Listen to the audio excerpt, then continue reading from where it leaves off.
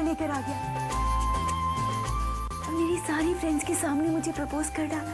Wow, that's so romantic. हाँ, माधव बहुत romantic है।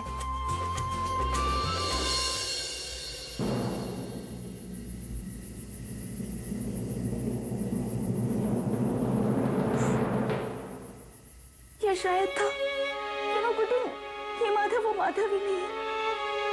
रश्मि, उस माधव को तो मेरी छोटी छोटी तकलीफें भी अपनी सी लगती थी और इस माधव को तो जैसे मेरी किसी तकलीफ से कोई वास्ता ही नहीं है। मेरी जिंदगी में इतना बड़ा क्राइसिस चल रहा है, माधव मेरे सामने होकर भी मेरे साथ नहीं होता है। और तब जबकि मैं अपनी पूरी जिंदगी उसके हवाले करने वाली हूँ। रश्मि, अपने आप को बहकाकर कुछ भी नहीं होने वाला। मुझे परियों वाली कहानी थी ना, तो कभी की खत्म हो चुकी,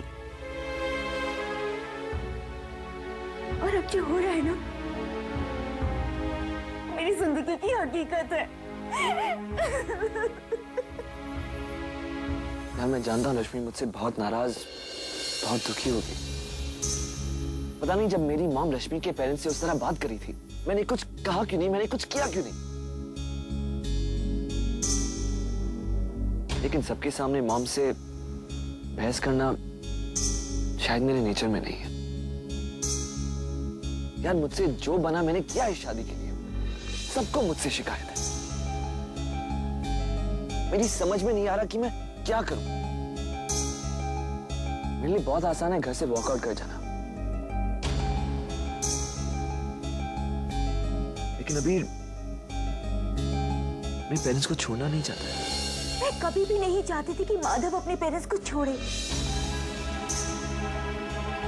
अमेरिका में रहते रहते हम दोनों को फैमिली की इंपॉर्टेंस समझ में आ चुकी थी। मैं बस माधव से ये कहना चाहती हूँ, ऐसी बहुत सी बातें होंगी जो शायद आप उनसे करना चाहती होंगी, इसीलिए आप दोनों का आमने सामने बैठकर बात करना बहुत जरूरी है। हमने मैसेज भिजवाया है माधव भैया के लिए कि वो आके आपसे मिले, लेकिन पता नहीं उस लल्ला ने मैसेज दिया भी है कि नहीं और कैसे दिया। आखिर है तो वो लल्ला ही ना। लल्ला? अबीर, आप मिले तो थे उनसे? वो घर में सब उसे लल्ला बोलते हैं और उसकी फैमिली मेंबर्स ना उसे 10-12 साल के लल्ला की तरह ही ट्रीट करते हैं। बड़ा स्मार्ट समझता है खुद को। तो तुमने मैसेज भिजवाया और उसके बावजूद भी माधव मुझसे मिलने नहीं आया ना?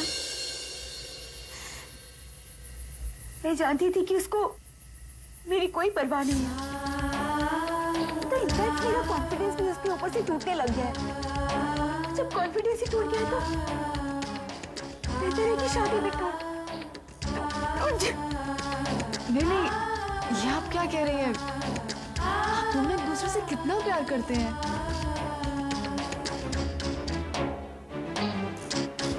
ये प्यार ही है जिसने अभी तक मुझे रोक कर रखा हुआ। बशर्ते कि वाकई में प्यार हो। प्यार है,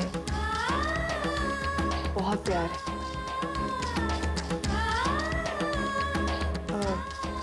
रात काफी हो गई है, लाइट्स बंद करते हैं।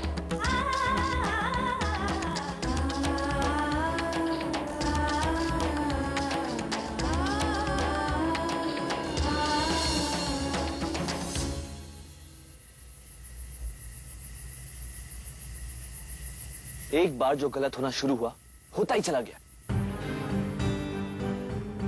माधव भैया, हमें ऐसा लगता है कि आपको जाके रश्मि भाभी से मिलना चाहिए, सब ठीक हो जाएगा।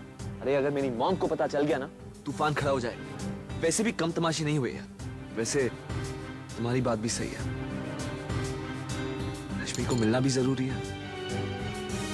गॉश, सही गलत का कुछ सेंस ही नहीं रहा मुझे। एक काम करते हैं, मैं कल रश्मि से मिलने की कोशिश करता हूँ। ओके माधव भैया, वही कोशिश आप आज कीजिए। इस वक्त? हाँ माधव भैया, अभी इसी वक्त। अभी तुम्हें हो ना हो, लेकिन मुझे वक्त का पूरा होश है। 12 बजे है यार। माधव भैया, हमें वक्त की चिंता नहीं है, हमें चिंता है तो रश्मि भाभी की है। आप एक बार उनसे जाके मिल लीजिए, सब कुछ अपने आप ठीक हो जाएगा। हाँ, दिमाग तो नहीं खराब हो गया? अरे इतनी रात हो गई है, कैसे जाएंगे? आप जाना चाहते हैं ना, आप रास्ता हम पे छोड़िए, हम निकाल लेंगे। आप बस जाना चाहते हैं ना? वीर, एक सेकेंड, यहीं रही, हम आते हैं। अबीर कहाँ जा रहे हो? अबीर, पागल हो गया क्या? यार मरवाएगा तू। क्या कर रहा है यार? वहीं रहिए।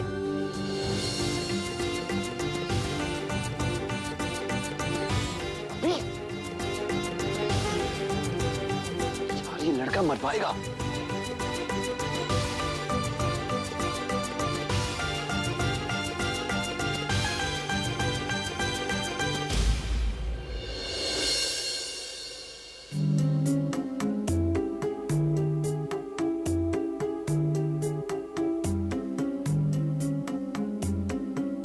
सब सो गए, यही मौका है, चल के रश्मि भाभी से मिल लीजिए। अबीर, तुम्हारा दिमाग तो नहीं सटक गया इस वक्त? माधव भैया, जाने को आप कल भी जा सकते, लेकिन कल का किसी को क्या पता। चलिए अभी चलिए, आइए। आपको जाना है ना? हाँ जाना तो है। तो फिर चलिए। माधव भैया, मिलना जरूरी है ना? जरूरी है अबीर, लेकिन बस बात खत्म हो गई, चलिए ना, आइए। टाइम वेस्ट मत कीजिए, कोई उठ गया तो मुश्किल हो जाएगी। चलिए, अरे आइए, इधर से आइए।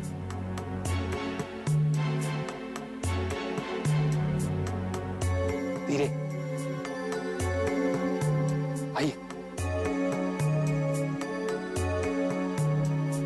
अबीर, तुम बेकार की बहस कर रहे हो। हम कैसे इस वक्त तो किसी के घर जा सकते हैं? अम्मा यार, हम रात के 12 बजे घंटी तो नहीं बजा सकते ना कि दरवाजा खुलो, हमें अंदर आना है। हाथ लगाई, खींची।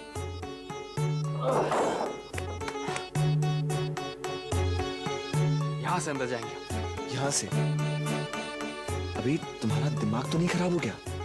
माधव भैया, बहुत सिंपल है।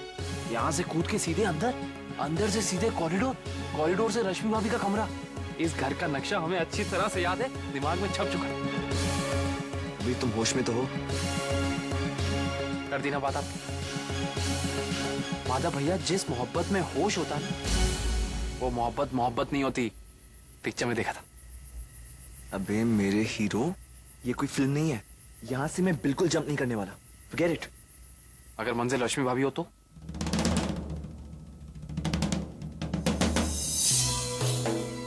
ये हुई ना बात, हमें पता था।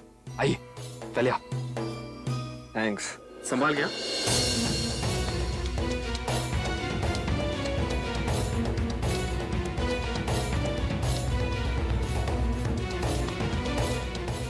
मैंने कहा था सिंपल है। आ रहे। इस प्यार के नाम पर मैं और मेरे पेरेंट्स कब तक बेइज्जत होते रहेंगे? जिस दिन पहले दिन इंसल्ट हुई थी ना, मुझे तभी वापस चले जाना चाहिए था। तो क्या ये आपके प्यार के साथ नाइंसाफी नहीं होगी? और वो नाइंसाफी जो माधव कर रहा है, उसका क्या? लगता है प्यार कहीं खो गया है। और भले ही माधव मेरा साथ दे या ना दे, अब मैं अपने माँ बाबा की बेइज्जती बिल्कुल भी बर्दाश्त नहीं करूंगी। देखती हूँ कि कौन उनकी इंसल्ट करता है।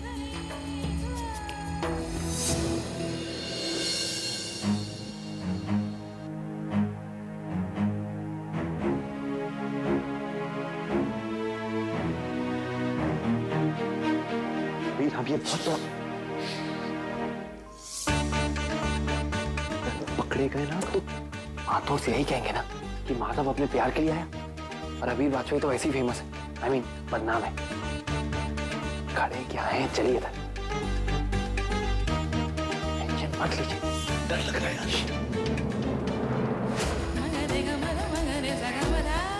पहले आप अपने आप को संभालिए, बाकी सब खुद ब खुद संभल जाएगा। उठन, तुम जाकर सो जाओ। मैं बेकार में ही तुम्हें इतना डिस्टर्ब कर रही। डिस्टर्ब आप हैं। अब नहीं, मैं फैसला कर चुकी हूँ कि अगर माधव और उसकी फैमिली मेरे माँ बाबा का मान नहीं रख सकते तो इस शादी का कोई फायदा नहीं।